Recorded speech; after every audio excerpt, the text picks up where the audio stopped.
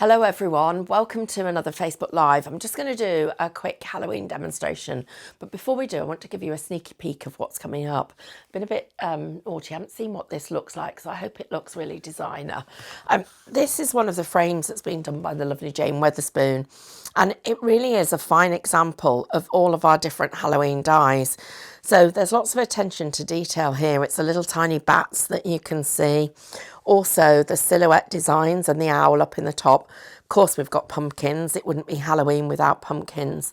And then we've got our cute little witch and our bottles of potions and all of those fabulous things. I'm going to show you the dies in more detail so you're getting a sneaky peek before the show.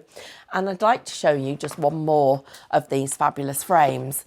And I think this is just incredibly clever. So what Jane has done is she's taken a design, it's actually a witch's hat, and she slit into it and put this net in here, which is a piece of card that's just been scrunched up and you can see it's the card because it's quite stiff. Little bats all inside.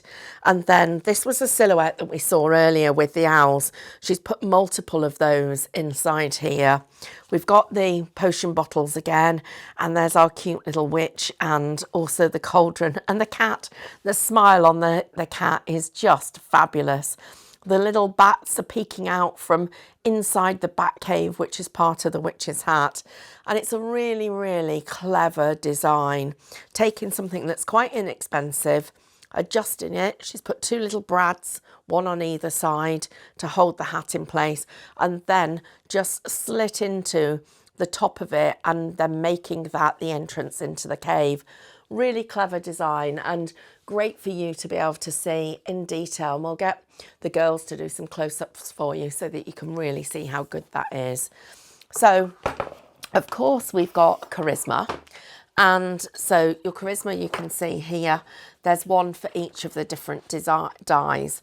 And this isn't a huge collection. It's very much a small collection that you can use and make the most of with the dies that you've got. So you've got the little mice there and the little kittens.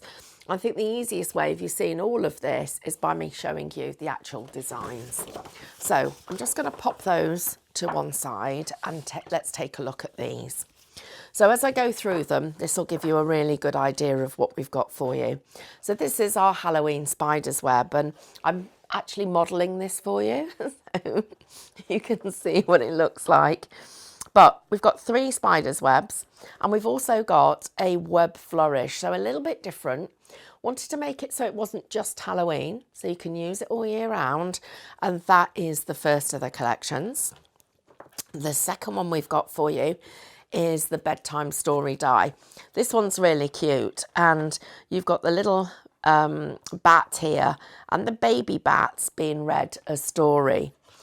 Then we go on to all of our accessories. So this is a trick or treat collection, and this one really has got lots of different elements that are going to be great and fun to do and fun to work with. We've got, this is the second one that shows you all of those actually coloured, so you can see what you can do with them. And it's a big collection, and this in its own right would be enough to just create some fabulous cards. Then we're going to go on to the silhouette die. Now, you saw a couple of different ways of using this in the pictures that we looked at, and I think it's a very useful collection and designs. And we could, being really careful with the way that we've worked, maybe by adding little leaves and also some flowers to this, we could take this from being Halloween, snipping away at the gravestones, and it then just becomes a piece of just scenery into the woodland or into the countryside. This one is our spooky silhouette, and again we could be snipping out the pieces that we've got here. You've got the little tiny bats. Now these are fabulous. Look at that. That's a little bat, and you can use those all over your designs, but they will actually leave you with the aperture in the card if you choose to. So you can have them and you can stick them on top, or you can leave them inside. Then we've got the potion bottles. So think about these. So this is one where I think this is a clever collection for Halloween. So really good little potions, But again, what about putting some flowers on them and making those into perfume bottles, not just for Halloween? And then our cute little ghost, and I love his Alice band. He's just the cutest thing. He's got a pair of ears, and those little ears, and the trick or treat, and the pumpkin under his arm. And it reminds me of, I'll try and see if I can find the picture and get it put on here. It reminds me of oh gosh, maybe 2 or 3 years ago, having a dinner party where I decided to serve pumpkin soup in pumpkins. I had Nancy Watts staying with us at the time, and Nancy and I spent a week carving these blinking pumpkins. And then afterwards, we'd all eaten the soup. It didn't stay hot. We'd eaten the soup and didn't know what to do with all the pumpkin cases. So we ended up filling a wheelie bin just with the rest of the pumpkins. I'm sure I've got a good picture somewhere of us holding the pumpkins to our noses, so watch out for that. This is our pumpkin stack. Always want to have a stack of pumpkins at the front door, but then can't bring myself not to eat them. But you can certainly have them on your cards, and don't they just look fabulous? And it's the little cat. The little cats is the detail on these designs that are really going to make things look fantastic.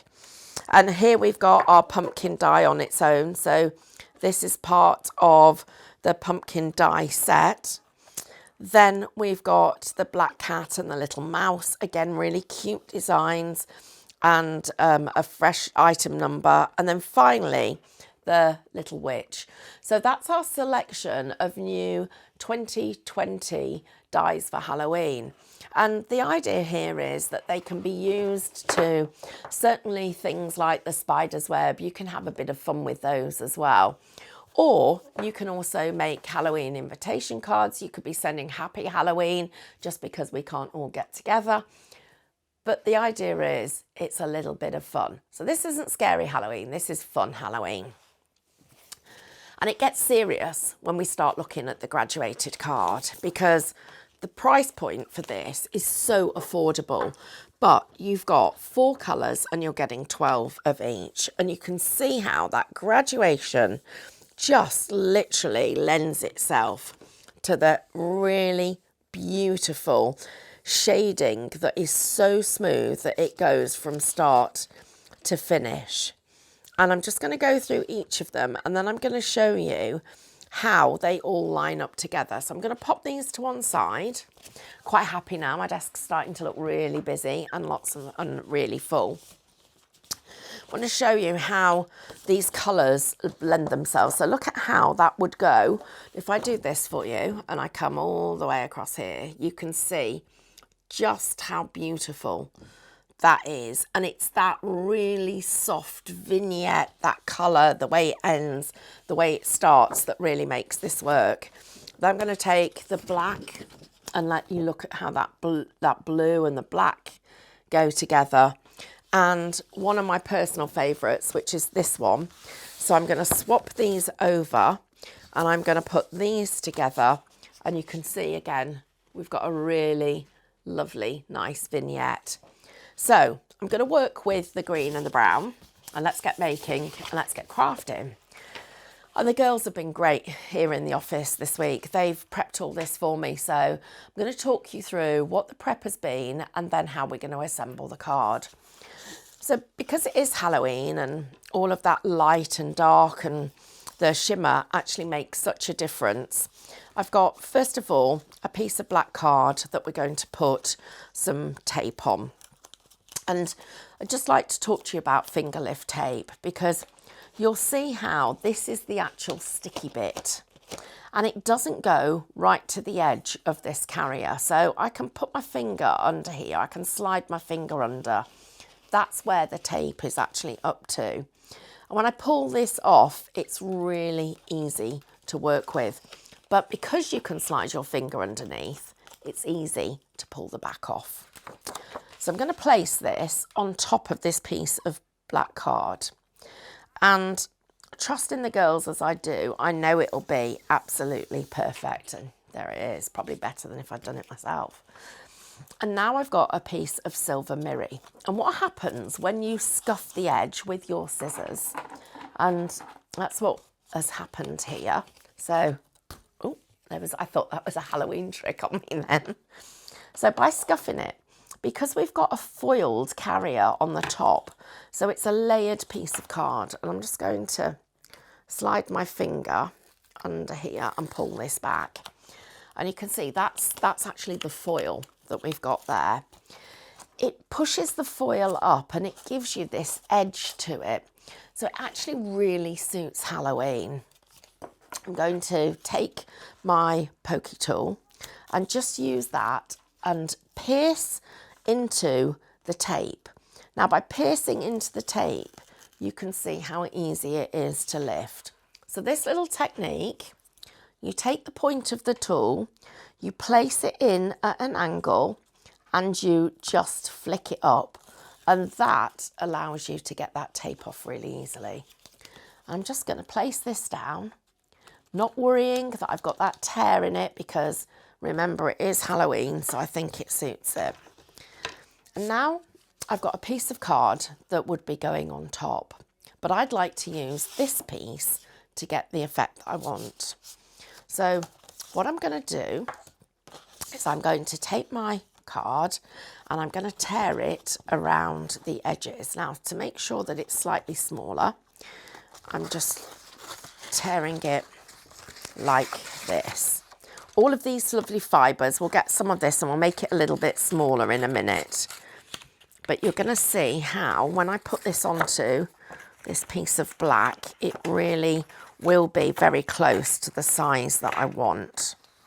So there you can see, again, I'm going to put the piece of card next to it and I'm going to tear, and I'm letting that tear quite randomly. But this is what happens. It's almost like tearing up against a ruler because it won't slide underneath where this piece of cardstock is. So it's a really good way of getting something that's the right size without us having that randomness and it going off at a real angle, which we don't want. So if I now take that and I place it on here, look how close it is to the perfect size. And that's because I used this piece of card to actually hold it while I was doing the tearing. So more of my finger lift tape here, slide in my pokey tool underneath, and look at the speed with which you can do that. Makes it easy to work. Let's take the black and pop that on. And again, that silver edge really bringing it to life. And then I've got my piece of torn edge. And I'm going to use my tape going round so that I've got the effect I want. I'm going to take the backing off it. So I'm just going to make sure I've lifted that. Peel it in one go. So again, getting the benefit of the speed of crafting. And then let's just do this. Using the pokey tool, I'm just going to roll these edges just to get almost like the pages of a book that's turned back. Just here again, rolling it round. Perhaps you might want to do this before you take the back off the tape and you won't end up with your fingers all being stuck, but that's good to go. So I've got a really great foundation for the rest of the design. Now I've got to look at what I'm going to put. So I've got my spider's web. Well, I'm going to take the spider's web so it actually encapsulates this torn edge here, and then it's giving me more dimension. Really feels like that the background's going into the distance. Look at the difference when I bring it forward. It's sitting on top. This becomes a layer in line with this one, whereas when I put it up here, this layer automatically looks like it's being pushed to the back. And then I've got the black as well. And a little technique you could use, you could put both of these together and we could just get a little bit of shape in them. So they're coming away from the page, so it's lifted up like this. It gives you again a different dimensional look, but I really like the way the silver works there. And I'm just going to tuck the black behind it and have it flat. So I'm building my layers up. I've got another little spider's web that I'm going to put here with my little ghost. Look at that, cute. Now, I'm not going to push this, I'm not going to glue this down. What I'm going to do is I'm going to use the tape that I've got on the back to hold it down. So we're going to have a little bit of movement on this card. Of course, it could be completely flat, but I don't want that. I want to be able to accentuate these little pieces where I've lifted it and the foil that's coming to the front. And where the foil is just lifted forward, we're creating little shadows. So we've got that sort of spooky, atmospheric effect that you get when you've got little shadows. Right, then our tape again. Whoops, nearly lost one of our embellishments. So into the backing paper and just take that off. And this is the other thing, is you don't have to actually peel it off your pokey tool. It almost does it by itself. So that's going to go down there, and while I'm pushing it down, it's holding that in place. So you can see the spider's web is almost following the ghost. It's like he's walked through it rather than it actually being on the background. And one of the reasons I wanted to do it like this was because you'll be noticing it's very fine. So even if I took just a 1mm foam pad, it's going to be quite difficult to place that down and not have the foam pad showing somewhere. You could use silicone, but this is a much more effective result by doing that. So I've got to look at what I'm going to do and how I'm going to hold down the pieces that I've got up here. So I've got some little pumpkins, and I'm going to put a couple of little pumpkins in amongst the spider's web. I'm going to put a couple just behind it, and then I've got a pumpkin little piece of bunting that we can see here. So they don't look like they're out of place. They don't look like they shouldn't really be there. And we'll just get the backs off a couple of these because they've been layered up to get the dimension. So let's put that from there across here. And I'm going to show you another version of this that the girls did earlier so that you can see the different effects that you can get. And the foam has only been put on every other pumpkin. You don't need it on every single one. I'm going to overlap them like they're Chinese lanterns so that we've got our pumpkin bunting. Make sure that tucks underneath so it doesn't look like we ran out. And let's get that little pumpkin hanging down. And now these ones that I've got here, well, they're in the perfect place for me to then be able to take another one and use that. So I'm tucking it under that pumpkin there. I'm going to put another one up there to hold it in place. So it's lifted, so I've not used any silicone or any foam actually on this piece.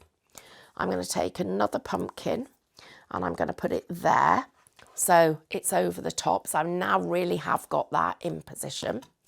And then I've got my silver one. And the silver one is going to go over the top of the existing pumpkins. So it's like our bunting's coming from behind. And I'm just going to take this little piece and I'm going to decide where that's going to go, and it's going to go across there. So let's take that. And then I'll hold this up in a second so you can just see how everything's going to hold in place, but we haven't actually glued down any of the pieces other than the actual little ghosts and the pumpkins. So I've got a real plethora of pumpkins all entangled in our spider's web, but these are all loose but held in firmly in place. And now we need to finish off decorating the bottom, and that means I need our cauldron, which I've got, and another little pumpkin, which is going to be the decoupage for our little ghost. So let's pop you on there. And I've got a broomstick, which definitely need to be Oh, I could wonder if he could hold that as well. I think he probably could actually. So I'm just going to see if this would be a good thing, if we can get this to happen. I'm going to go under here. I'm going to lift up the ghost's arm. So I'm going to go into one of the slots that's cut as part of the decoupage design. Ouch, try not to stab yourself. That would have been proper Halloween, wouldn't it? There we go. So I've tucked it under his arm. Love that. So he's good, isn't he? Holding a pumpkin and a brush. Right, I've got my spider.